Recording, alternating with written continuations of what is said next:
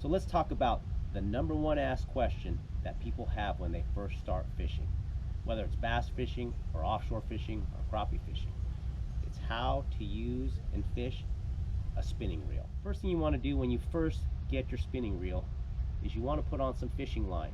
Start with monofilament. Don't go to braid or fluorocarbon. Those are less forgiving. Start with some basic mono. So that way if you mess up a little bit and you make some knots, monofilament's cheap. You can go through a lot of it and you're not wasting a lot of money. For more tips on how to save money online, see my previous video on putting a backer on a reel. That'll save you a few dollars. Big mistake that a lot of people do when they're fishing a spinning reel is they put too heavy a fishing line on the reel that they use. Now reels come in different spool sizes. If you're bass fishing, generally a 2500 to a 4000 series reel will do you well. If you're in the salt, you may have to go a lot bigger. If you're fishing for smaller fish, pan fish, then you can go down to a 1500 series smaller spool. But size the line for the reel that you're using. If I was to go in and put 14-pound test monofilament on a spinning reel, every time I'd cast that line out, it would want to blow off my reel. It'll spool off because that line memory on that thick of a line is just not meant to stay on a spool this small. So typically most bass fishing applications, 6 to 10-pound test maximum. 6 and 8 is usually standard. And if you eventually switch to braid, and you'll see some upcoming videos about that, there's reasons why we do that. But size the line to the reel that you're using. So before we go forward, do me a favor, smash that like button, subscribe to our channel, and you can keep up with all the new content we put out on a weekly basis. Alright, so this is your basic spinning reel. You got the reel body, the spool, the handle, and the bail. The bail mechanism wants to flip up and down. To begin with, depending on if you're left or right-handed, you can position this handle on the left side or on the right side. This is how I fish it as a right-handed. Most people will fish it this way. So put the position the handle on the left side. So when you're first starting, you want to position your hand where you split the grip of the reel. Okay? Some people like to put it where your forefinger is just up front. I like to put it where I'm splitting the difference and I'm putting it right in the middle. That way my forefinger is able to reach that line. So always stop your retrieve with the line in the up position, not in the down position. Okay, because if it's in the down position, you can't reach it with your finger. So you want to start with the line up high so that you can grab it with the finger, just like that. You want to grab it with that forefinger. Once you grab it with that forefinger, now you can open the bail. If you open the bail without the finger holding the line, as you open the bail, the line will start to fall off. You see how it went off? I mean, the finger will hold it in place.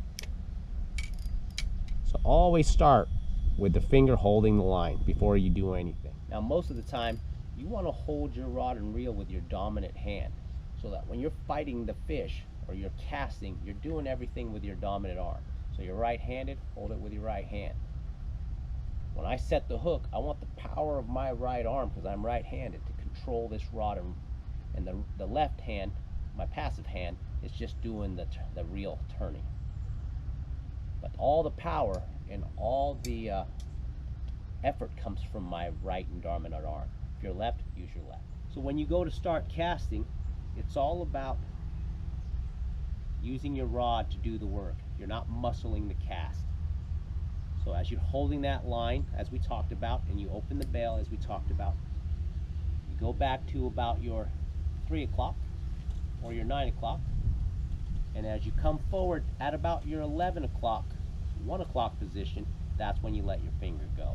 That's a general idea of casting.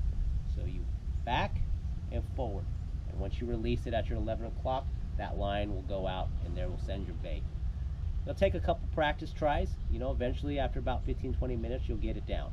Most customers, that's about the learning curve. To begin your retrieve, you always close the bail manually. The biggest mistake I see people make when they're first fishing a spinning reel is they try to close the bail with the handle. And that'll work, but it'll create little knots. That line will want to cross the face of this reel, and it'll create a little knot in your line, and then you'll have issues. So always Open the bail manually, close the bail manually. Once my bait has hit the water, I want to start my retrieve. First thing you're going to do is close the bail manually like we talked about, and you're going to start to turn the handle. The handle is always going to turn forward. You're never going to hold the reel like this. This is a big beginner mistake right here. This is not how you fishing spinning reel. Spinning reel is going to be hanging on the rod, not supported on it like the bait caster. So begin your retrieve by turning the handle forward, and that's going to bring your line in. Now all spinning reels will have their drag up front. You can tighten or loosen the drag with this little knob right here. You want to set your drag so that you can just slowly pull the reel, the line out of the reel. Okay, the lighter the line you use, the more drag slip you want to use so that it'll slide right off. If you're using 2 to 4 pound test line for big smallmouth, you want that line to slip a lot easier than you are if you're fishing for big largemouth down here in Florida. That's your drag. So that's the basics, Bass 101 of fishing a spinning reel. See my upcoming video on how to fish a bait caster if you want to take the next step into bait caster fishing.